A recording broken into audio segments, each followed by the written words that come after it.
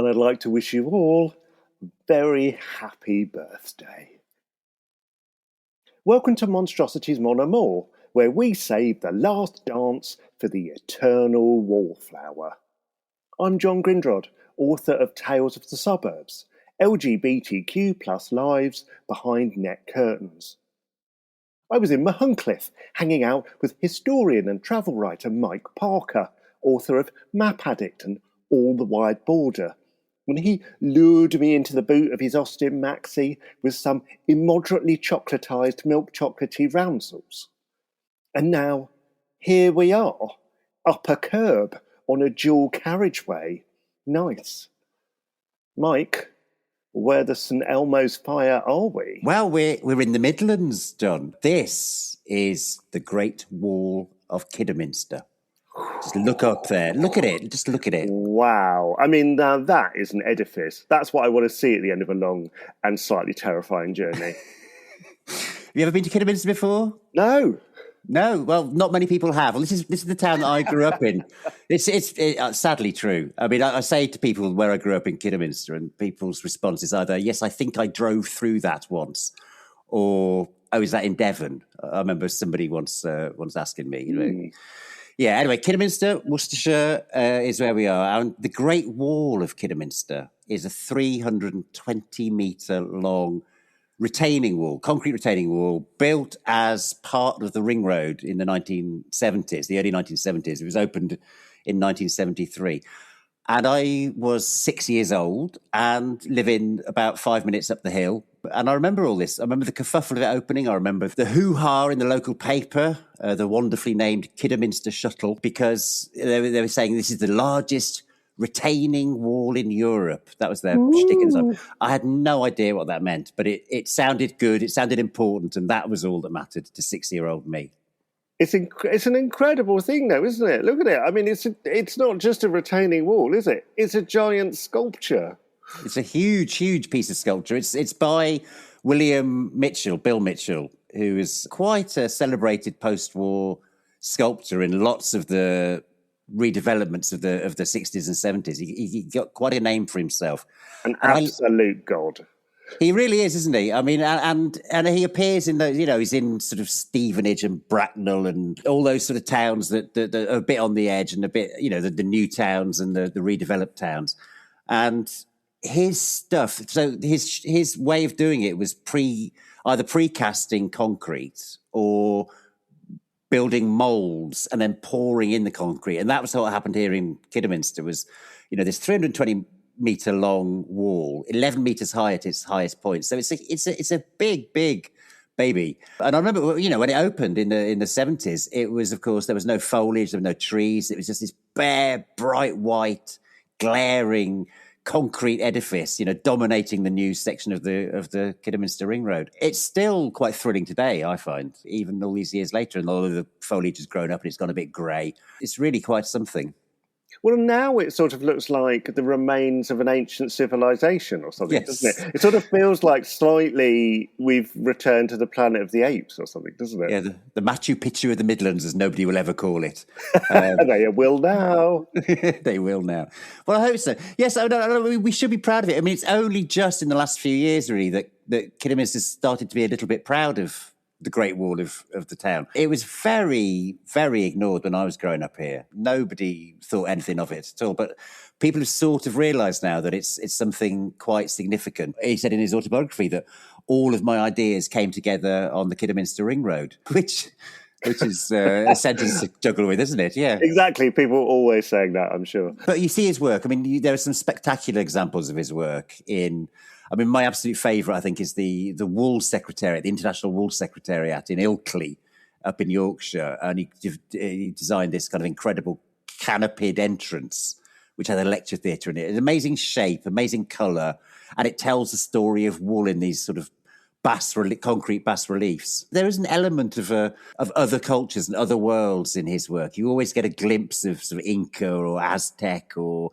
Celtic or just something primeval kind of comes out in his work, and he plays with that. So you've got this kind of juxtaposition of a substance, i.e. concrete, as modern as it comes, but playing with these old forms. They are largely abstract, but actually you can see suns in them or faces sometimes or plants. That's one of the things that sort of makes them feel quite ancient, isn't it? Is that that when they do have representations of anything in there, they're very bold and simplified. There's one of his under a flyover in Birmingham, under the Hockley flyover, which is amazing. And they were built as, they called it a brutalist climbing wall. And it was built for people to climb on, for kids to go and sort of...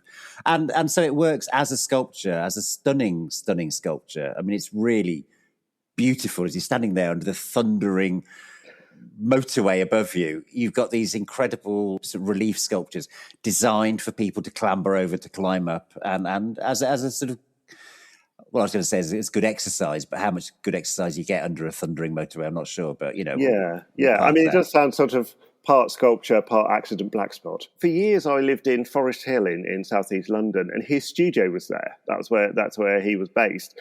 And so it's sort of quite funny to think that just behind his little, small, polite-looking shops in a sort of tiny unit, he was there, making up these mixtures, making up these forms, pouring stuff. At the end of his career, it all went very strange in as much as he became the kind of in-house architect to Mohammed Al-Fayed and designed the Egyptian hall and the Egyptian escalator. What is it with those men and their bloody escalators? That was a trajectory of a career, from the kind of brutalism and the concrete to the kind of absolute tat of the 90s and the noughties for a wealthy, corrupt paymaster. Well, that's a sort of an artistic trajectory that is quite an interesting thing in itself, really, if a slightly depressing one. I walked across the Midlands last year. I've been writing about the Midlands because I've been an exile from the Midlands for over a quarter of a century now. So I wanted to write about it and put it in its place as a sort of totem of England, really, as well as the place that gets left over and forgotten about and slightly ignored. And it's the sort of region that's left over when everywhere else has been defined. And Kidderminster is very much that sort of town. It's a bit of a nowhere town in a bit of a nowhere region. And I say that as someone who comes from it, so I can say that. To have this amazing piece of public sculpture, huge piece of public sculpture, which is so impressive. It's got so many aspects to it. I mean, the design of it, it's got, there was a fountain. I remember that fountain so clearly when I was a kid, that goes down one of the panels, and they found a water source, and it was all done very sort of ergonomically and correctly. That packed up. I do remember that fountain being full of quite a lot of shopping trolleys. And as a thanks to the town in the aftermath of the COVID pandemic, they got the fountain going again. But when I walked past it last year and I was doing my walk across the Midlands, it packed up again. No shopping trolleys, but it wasn't working either. But it's still looking really good. Because that is something you don't actually get very often in William Mitchell, is sometimes you get doors or sometimes you get windows, but you very rarely get a kind of moving feature like an actual sort of waterfall going on. A cascade, I think, was the word that they used on it. It didn't cascade very often or for very long, but, we take what we can, don't we? That's very kiddie in itself. What are people's reactions to it now, do you think? I think they are noticing it, actually. I mean, there's been quite a concerted effort. When I was there last year, I noticed they've now put up a kind of interpretation board alongside by the old cascade to tell you who Bill Mitchell was and what the fountain was about. And that's really nice to see. Kidderminster is not overstuffed with delights, it has to be said. It's a hard-bitten, workaday, very ordinary town, of course, based on the carpet industry. That was always the claim to fame. In fact, when I was a kid, they used to say that it was the only town in Western Europe where you could do a degree in carpet studies. Oh, amazing. Did you get a big carpet tile when you finished? There's a carpet museum there now, which they spurned my advice to call it the world of shag. But, I know. They've got so many more visitors. Missed. Yeah. So, in a town like that, I think it is getting more notice, and people are becoming quite proud of it, having had decades of barely noticing it was even there, really. And it's on the ring road. I mean, it's not the most auspicious of settings, of course, but there's a grandeur to it, which I really like. It's on a very hilly part of the town, going up to the railway station, and it keeps this whole part of the town back. That's the whole point. It's the retaining wall. It's this huge retaining wall. And you can see the upper part of the town kind of, it looks like it's going to come down over it one day. And it's a dramatic statement and a very inventive use of the landscape and use of the topography. There's such a sense of civic pride in that. I really like that for the fact that it advertises. There was no corners cut. It was absolutely uncompromising in the vision that Kidderminster Borough Council had. And it was, of course, their dying days, because this was 1973 it opened. They were abolished the following year when all the new counties and the new districts came in, and what had been Kidderminster Borough Council became part of a much wider district council of Wyre Forest, so much more rural, much more Tory, really. And of course, those kind of urban projects like the Great Wall of Kiddy, that was sort of the swan song of the old Kidderminster Borough Council, really, and they wanted to go out on a high, and I really do think they did, actually. But they never actually finished the ring road, did they? Like in lots of places, like in Croydon, where I'm from, yes. We've got a motorway box that's only got 3 sides. As is Kidderminster, and there's an absolute stack of those unfinished 60s ring roads, isn't there? I mean, there's a real, and it's testament to not just the changing politics around the car. I mean, of course, from the 60s and the 50s, when it was just like everywhere, the car is king. We're just never going to build enough car parking spaces and enough roads to satisfy our lust. To, of course, the oil crisis in the early 70s and then growing environmentalism. So by the time a lot of them came to be, the political will behind them was starting to run out quite rapidly. But then, of course, then as I mentioned, the counties and the districts, the new counties of 1974, that really changed things as well, because, suddenly these urban projects in the middle of towns and ring roads, especially around the middle of towns, they were no longer quite so politically hot for these much more rurally inclined, much more conservative inclined district and county councils that came to take them. So it's a kind of double whammy that did for those. But there's loads of towns across the land, Kidderminster and Croydon amongst them, that have got these kind of 3/4 of a ring road, and then it just kind of conks out. It's like a ring road or like one of those sort of dog toys that's sort of like circular that the dog has eaten a chunk from. A bit left of it. It's like, the dog has run off with part of our ring road. I don't know what happened there. And it feels, there's something about it that is so resonant of 1973. You feel like you're sort of spilling into a David Peace novel or something, don't you? That's the year of the oil shocks, isn't it? The year when, oil becomes completely... we can't imagine that now. It becomes incredibly expensive due to a war. Yes, quite.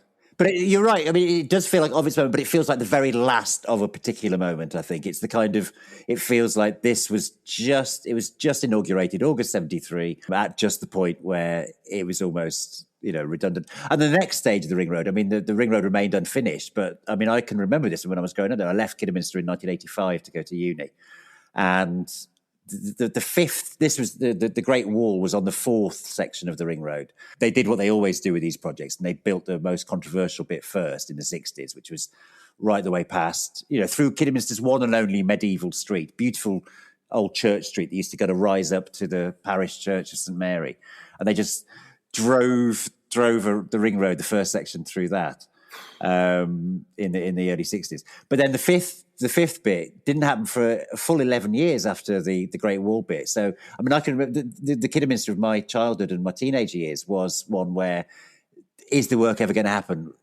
Stop, start, inquiries and controversies and people, it just went on and on and on. And it finally got built. They compulsorily purchased the land. They'd knocked everything down. There was just this wasteland where the section of the ring road was going to go, but it just mouldered away for years. And then the 6th section, the final section, never ever got built. So, it's a kind of tale of our times. It's a bit of a tale of British, how we lose our nerve so often with any kind of infrastructure project as well, isn't it? That's definitely a tale of our times. Hello, HS2. Hello, HS2. Yes. What's brilliant about this is that this is something, the Great Wall is something that could have been like a very plain, basic structure. It could have just been a piece of engineering, and not just. It could have, a magnificent piece of engineering. But actually deciding to do this sculptural work on it is a big leap of faith, isn't it? And where do you think that came from?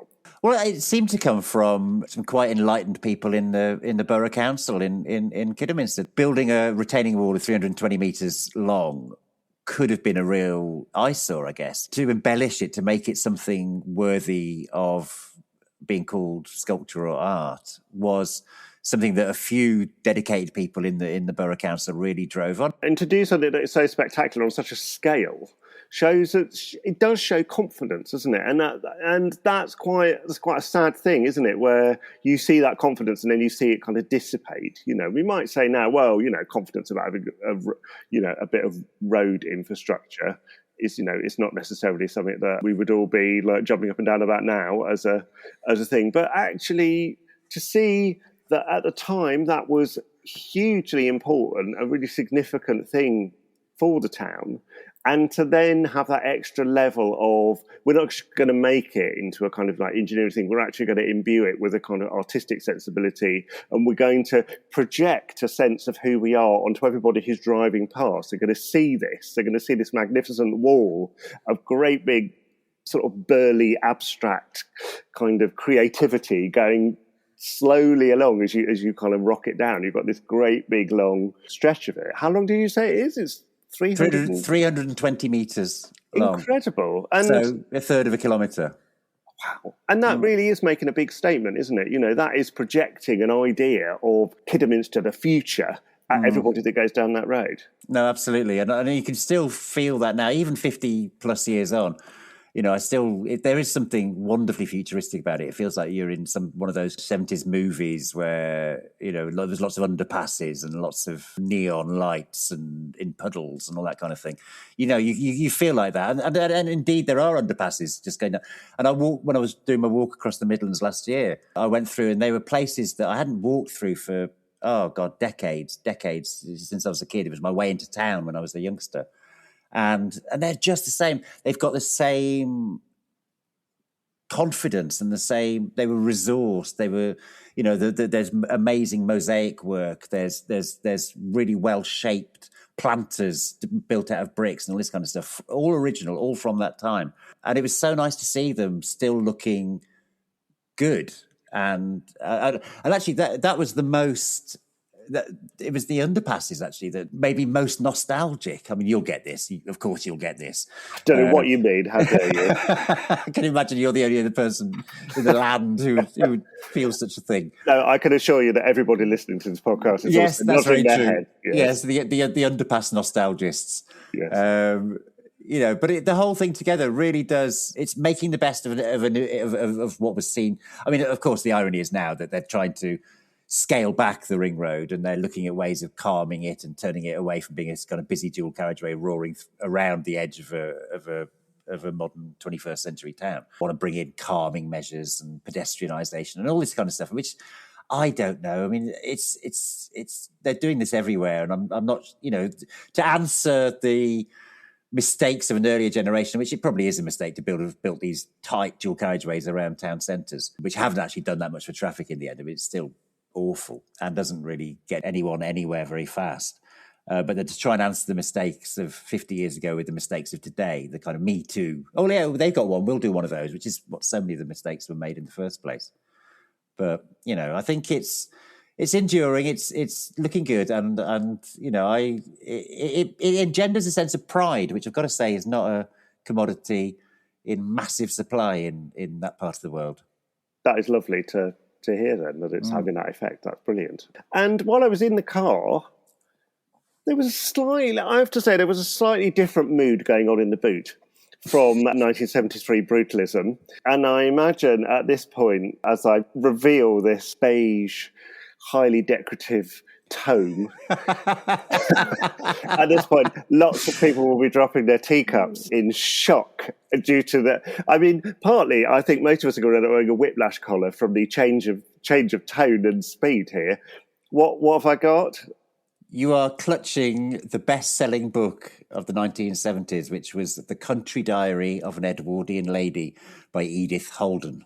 My goodness, this is an incredible change of pace. What's going on? Why? Well, do you know what? I don't think it is a change of pace because, you know, the Great Wall of Kidderminster, 1973, was a sort of, as we said, it was the kind of the last gasp of a particular way of seeing the world, and from that time, oil crisis, etc.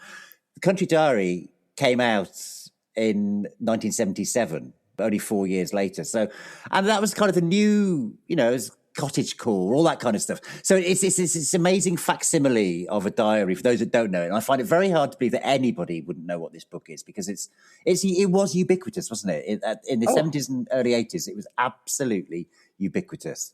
It was everywhere. So I worked in a bookshop. I got my first job in 1987 as a Saturday boy in Sheraton Hughes Bookshop in the Whitgift Centre in Croydon.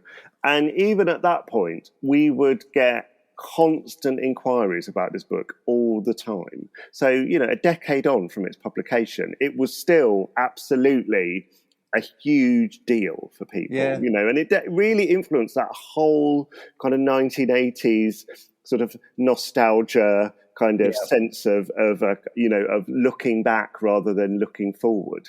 Well, that's the thing, isn't it? We've gone from the sort of end of the time when the future was the main driving force of our urban design and our thinking, to the beginnings of the kickback when the past became. I mean, as I said, cottagecore. I mean, look no further for the origin story of cottagecore and all that twee nonsense that you'll see on social media. Yeah, absolutely. To the country diary. So it was a beautiful thing in itself. And the reason I want to take the mickey out of it for being this, all of the rest of it, but I also kind of want to celebrate it because it is a beautiful objet in its own right, and it really is. It's it was the kept diary of a young woman, a young teacher, an art teacher called Edith Holden, and she just set herself the target in 1906 of recording her nature notes for the year and drawing little pen and ink drawings of flowers and birds and plants and all kinds of stuff. And the drawings are genuinely exquisite. And, I live in the country in mid Wales now, and I rereading the country diary. I've got my grandparents' copy, and I've still learned things from it now about what I see around me in the lanes of mid Wales. So, it's a really instructive and interesting book on that level. But it turned into this monster. It was the top of the Sunday Times bestseller charts for 63 weeks in a row. Wow, that's rumours level, isn't it? It's insane. It's insane. But of course, this was 1977, so you've got the Silver Jubilee going on, the Queen's Silver Jubilee. So there was all the kind of street parties and flag waving of that, but also like the rise of the National Front and riots and all of that were going on at the same time. So it's a sort of through all this sailed the country diary of an Edwardian lady, so sort of assured and nostalgic. I mean, there's no two ways about it. But it did kickstart. I mean, you could buy aprons and cookbooks, and there was a TV series and a film, and you could buy any number of awful knickknacks inspired by the aesthetic, and there were loads of kind of rip-off versions of it as well. And what I particularly love about it, I mean, my subject for the last few years in my new book has been the middle of England and middleness generally. And that for all that it looks like it's just come out of Kent or Sussex, it was written, Edith Holden lived in a suburb of Birmingham. This is all about a suburb of Birmingham. The last place on earth you expect cottagecore to have perhaps been born. But yeah, it was. And she was a teacher at Solihull Girls' School teaching art. So, I read it from a sort of local point of view as well, and I get a sense of the Warwickshire of 1906 from her, and it's really rather lovely. And it's interesting, isn't it, to think that, when it was published, it was called The Country Diary of an Edwardian Lady. It's certainly not something that she was referring to herself as. Mm. And then all of the kind of symbolism around it, as you say, sort of points to a kind of, perhaps a sort of southern version of gentility rather than maybe like a Midlands. At that point, we think of the Midlands as a very kind of, roughy-tufty, full of like massive industry and that sort of thing. So really interesting that she probably wouldn't have recognised the way that her life was being translated to the people that were reading this book, and the way that it was being sold wouldn't necessarily have chimed with her as a representation of her own life, really, would it? Oh, that's probably true. I think she was quite cutting edge for 1906, in terms of being a young single woman. She was out on a bicycle all the time, quite a newfangled thing. There weren't that many women sort of cycling at that particular point. So, and going out into the countryside, going out of the city, expressly to draw and to paint. And so she was an independent, interesting young woman. I mean, really, she died very young, unfortunately. I mean, the interesting story about the origins of it as a publishing phenomenon were that it was her great niece who'd had this book all her life. I'd heard stories of great Aunt Edith who'd long since died. And she loved this book all her days, and then just showed it to a publisher friend. And the publisher friend went, whoa, that's a winner. We're going to just publish it as a complete facsimile. Nothing changed, nothing altered. The beige pages, the handwritten things, and I mean, my goodness, was that publisher right? It's outlasted the ear of wheat toaster and all of that strange stuff that was, all the technology that was rebranded like it had sort of grown in a hedgerow by a hedgehog. That kind of idea of British life was really, really hugely influenced by that diary, and I do think in a way that she wouldn't have recognised. No, and I think that's a really good point. And actually, I think it might have quite annoyed her in a way to have seen it as such a, because it is twee. That's the thing. That's what everybody would think about it. And that whole era, the era of Laura Ashley. I mean, that chimed in perfectly, didn't it? And often this nostalgia for this sort of simpler country times gone past. And it's laced with such a pernicious politics, really, and a lot of, it always is when we do it in this country. It always is. I think it is anywhere, but we've got a particular flavour of it that we do so often here, and it's rarely a good thing. In truth, when we start to get that nostalgic, looking back at things that at a past that never really was, and using it for now. In ways that it was never intended to be used. That has not come from the book itself, and not come from her writing or her experiences. As you say, she's a young woman sort of cycling around. Bikes famously became, one of the great symbols of women's suffrage and emancipation. This idea totally. that you could be free to do your, to move around by yourself independently without the eyes of other people, or the controls of other people telling you what to do, specifically men. That must have been huge, that emancipation. Trains, and to put your train on the bike on the train or just cycle out. I mean, the distances she covered in this book are amazing, out and about around Birmingham. And yes, it's pointed me in the direction of a lot of places that I didn't know were there, and I've gone and explored. So, even on that level. But yeah, reclaiming it as a great piece of Midlands literature is an interesting one. We're going to take it back from the matrons of Surrey. The two things that you've chosen are remarkable because they are two different artistic renderings of the Midlands that show an incredible amount about that period, the Edwardian period, the 1970s. They really, really represent a moment in British culture. And I think you've chosen two things that are sort of redolent with kind of atmosphere and mood, which I really love. Well, they do, and you're right, they do complement each other, and they're sort of like it's like the sort of angel and the devil on the shoulder, isn't it? They're two competing visions of who we are as a country, and we're both, of course. That's the thing. We're both. And this is sort of what we need to get to grips with, is that we are both. We're not all cottagecore in the country diary, and neither are we all kind of all technocrats brutalism. We have this kind of weird fudge. When we do it well, it's brilliant. When we do it badly, it's HS2. Oh, and a lot of other things, yeah. So, Mike, how can people find out more about your amazing work? Well, my website just is mikeparker.uk, mikeparker.uk. There's details of all my books on there. So I've written about, I never quite know what to say. I do really, but I kind of, place is always my starting point, and then I kind of amble off into stuff about history and politics and memoir and identity, queer stuff, and yeah, I mean, there's loads. The Midland book, which is coming out early next year, it's Midland, 2 words. So it's the land of mid. It's this sort of like unknown space in the middle of us all, really. So I'm reclaiming that as a sort of something bigger than just the specifics of a particular region, sex and racism and music, and it's got loads of stuff going on in there, all fighting for prominence. It was such fun to do, John. I mean, I've been, as I said, I've been in exile from the Midlands for 26 years, and it made me really proud of the place, especially in Birmingham, actually. Birmingham is a city that gets such a kicking all the time these days, and there's something really brilliant and important in that city that the world needs to know about. Well, thank you so much, Mike. I can hear the Maxi is actually purring being sat next to this mural from 1973. It's never felt so at home. Well, let's leave it here for a moment and go for a nice wander along with our binoculars, see whether we can catch sight of any wildlife as we go along the wall, and we can wave at all of the people speeding by, wondering what the hell we're doing wandering along the side of a dual carriageway. How does that sound? Sounds wonderful.